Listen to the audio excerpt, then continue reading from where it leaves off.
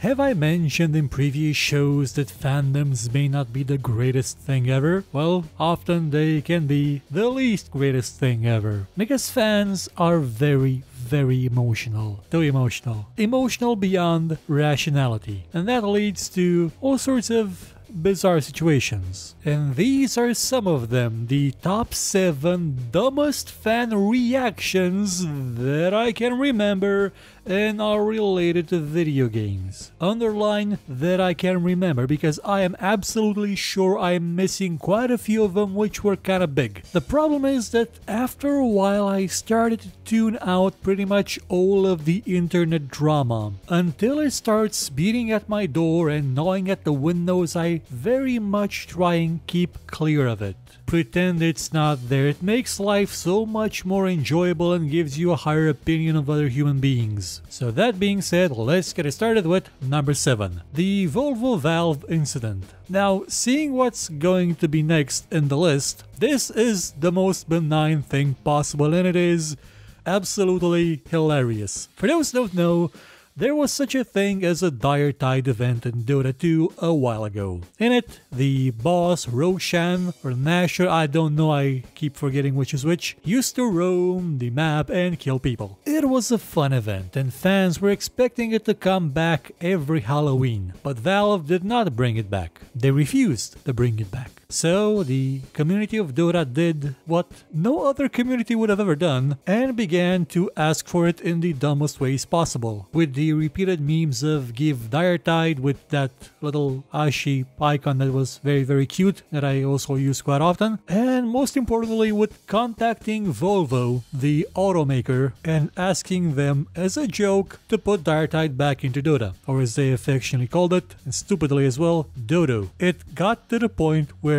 Volvo was asking Valve to give the people Dire Tide again. Volvo, the car maker, understood what Dota 2 the game was, that it was made by Valve, and spoke on behalf of the Dota 2 player base. That's one of the dumbest things possible, but it is so damn endearing. It's like a precious little moment of stupidity that was funny and enjoyable and light-hearted for everybody, apart from maybe the Volvo reps that had to deal with people asking for their dodos to be fixed and for Dire Tides, but they kind of signed up for it. I mean, if they're working in support, you signed up for hell. And let's face it, people asking for Dire Tide is the least worst thing possible. Number 6. The Pagan Men poster. When Far Cry 4 was beginning to be revealed to the public, they showed everybody this. A poster, a game cover of Pagan Men holding his hand over some guy from Kirat who had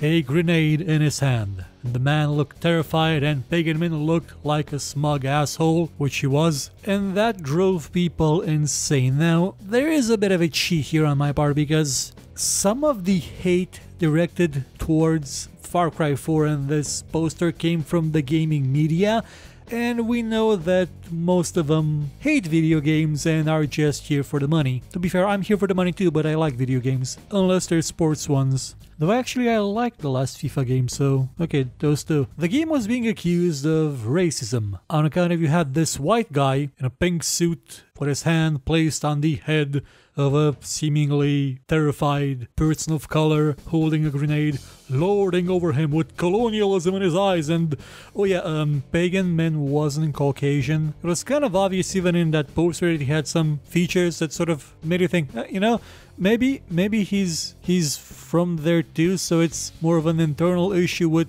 a dictator from that region, like power struggle with the higher class and the lower class, and not racism. It's kind of hard to be racist against the people whose race you're being part of. That's like saying I'm racist because I make jokes about Moldavians, which I am because I'm not Moldavian. Being at the border does not make me one. There are no jokes about Montanians though, on account of we're so goddamn bland and boring. And also flammable. But back to Far Cry 4, Ubisoft got a lot of flack for that cover, for that poster, for reasons that are dumb. Though to be fair, this is the company that tried to promote Blazing Angels 2 with a Flash game where you piloted a little plane, and depending on what score you got, a lady on the right side of the screen would strip off her clothes, which is why sometimes I call Ubisoft Boobisoft, and I'm never gonna let them forget it. But in this case, it wasn't warranted. The hate was not warranted, and yeah, again, it may not have come from the super duper fans of the game, of the series of Ubisoft,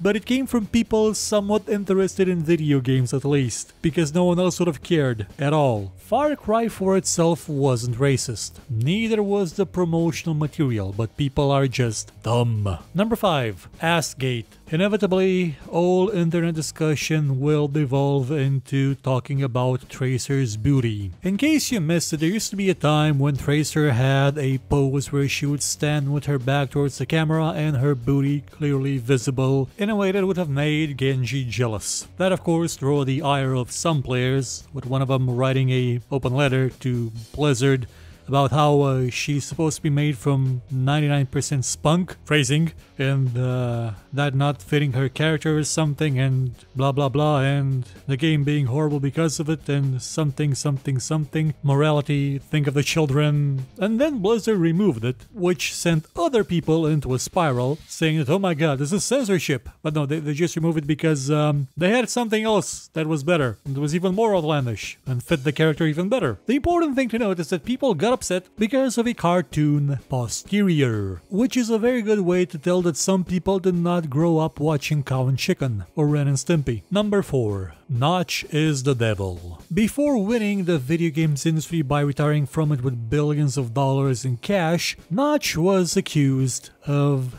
being the single most evil person on the planet and single-handedly destroying Minecraft by the Minecraft community and the associated people in the press that just love to jump at the chance of having one more story about the big, successful, money-making guy trying to stomp over the little people that just try and do their best to provide what the community wants. You know, assholes. The idea is that Minecraft used to have private servers where people could sell privilege, and Notch would often get calls, emails, letters from parents saying, my kid just spent $150, $1,000 in your game to get the ability to fly around and have a strange hat. You should be ashamed of yourself, preying on children like that. But you know, he wasn't doing that on account of other people that had private Minecraft servers were asking for money, for power, for privilege, for resources, for everything they could. It was microtransaction bonanza. And when he announced that, yo, you can ask for donations to keep the servers running, do not sell stuff like this anymore. If you do, you're done. And people went insane. People went insane and said, oh, he's trying to kill the Minecraft community. Oh, he's trying to stop free enterprise people from having their own servers and selling stuff to kids.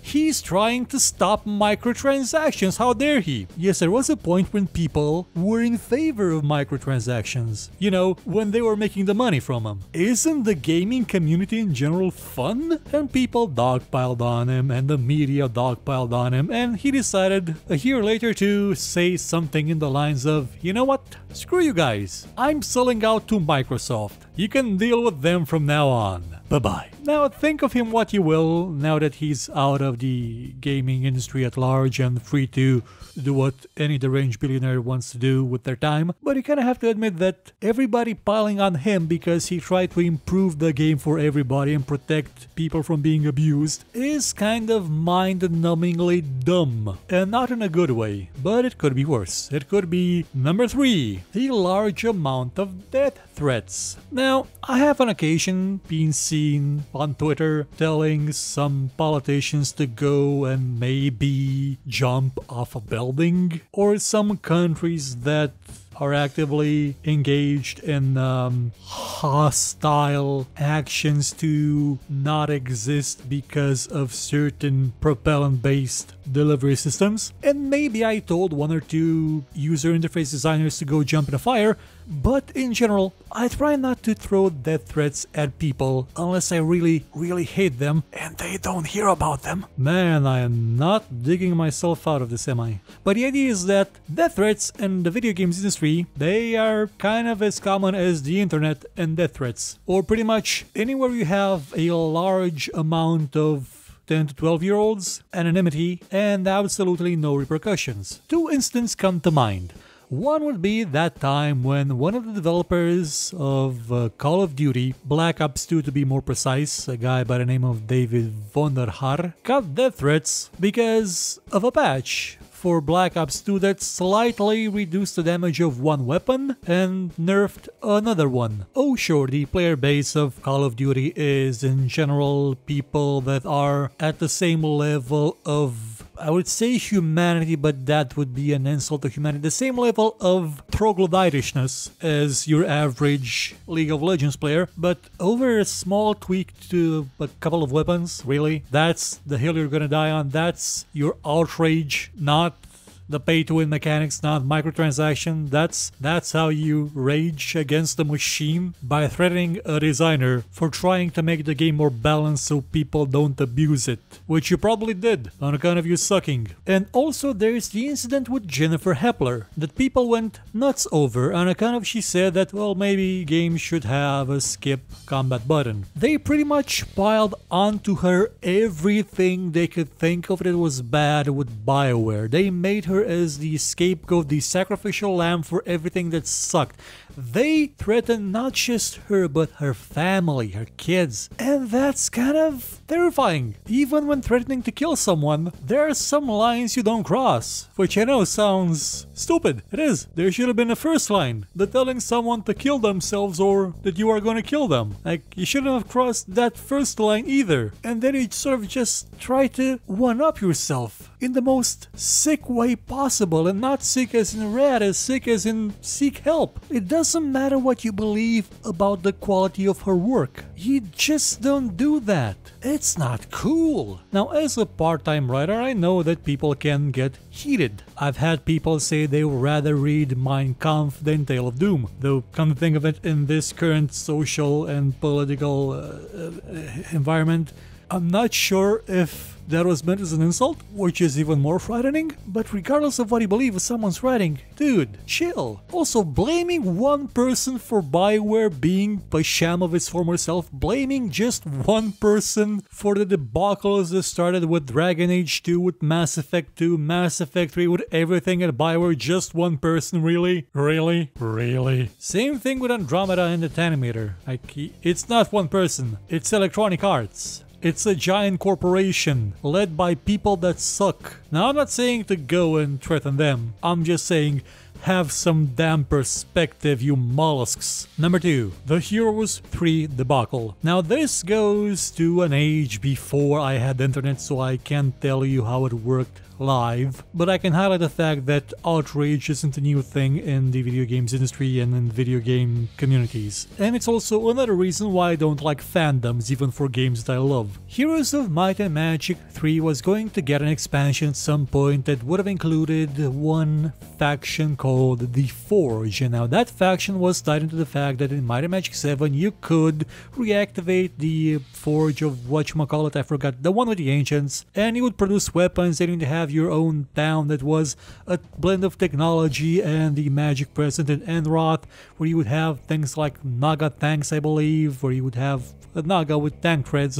It looked corny, but kinda cool. I mean, you have to admit that the entire Might and Magic universe was kind of corny. You had gnome vampires, but it was cool because you had also insane crap, such as lasers and robots and sunken ancient spaceships. But people went nuts about it. They said, oh, this does not fit. It cannot be. Fantasy all the way.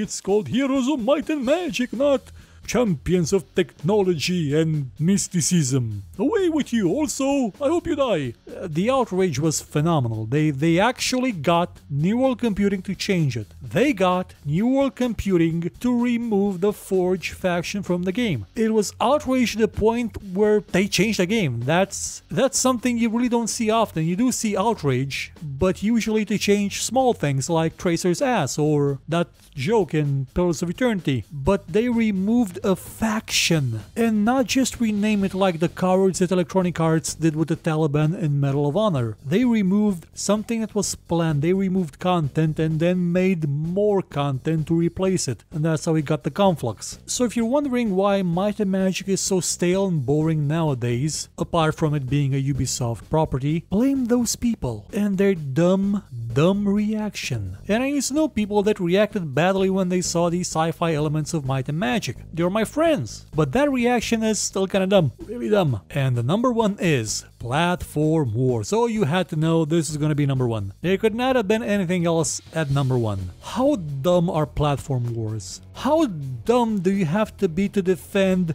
the absolute worst parts of your platform just because it's yours? How stupid do you have to be to defend practices like asking money for multiplayer for a game that you already paid for, or platform exclusive DLC, or call another platform's main selling point a 2-bit gimmick until your own platform gets the same thing and then it's the greatest thing ever but yours is better, or bicker endlessly about whose platform is better, because at this point most of you are running PCs and are in denial about it. Don't believe me? Play a game without a day one patch. Play a game without installing it. You can't do that on a console anymore. Well, I think you may be able to do it on the Switch. But on the box stations, nope, it's over. It's been over for a long time. Stop feeding the marketing machine. You're not making your platform look better, you're making gaming look worse. So closes this edition of Top 7 Dumbest Fan Reactions. If you have your own fan reactions that you consider to be absolutely stupid, please make sure to mention them in the comments. I probably won't look at them on account of I've tuned them out already. The reactions, not your comments, I mean. But at least it'll make for a very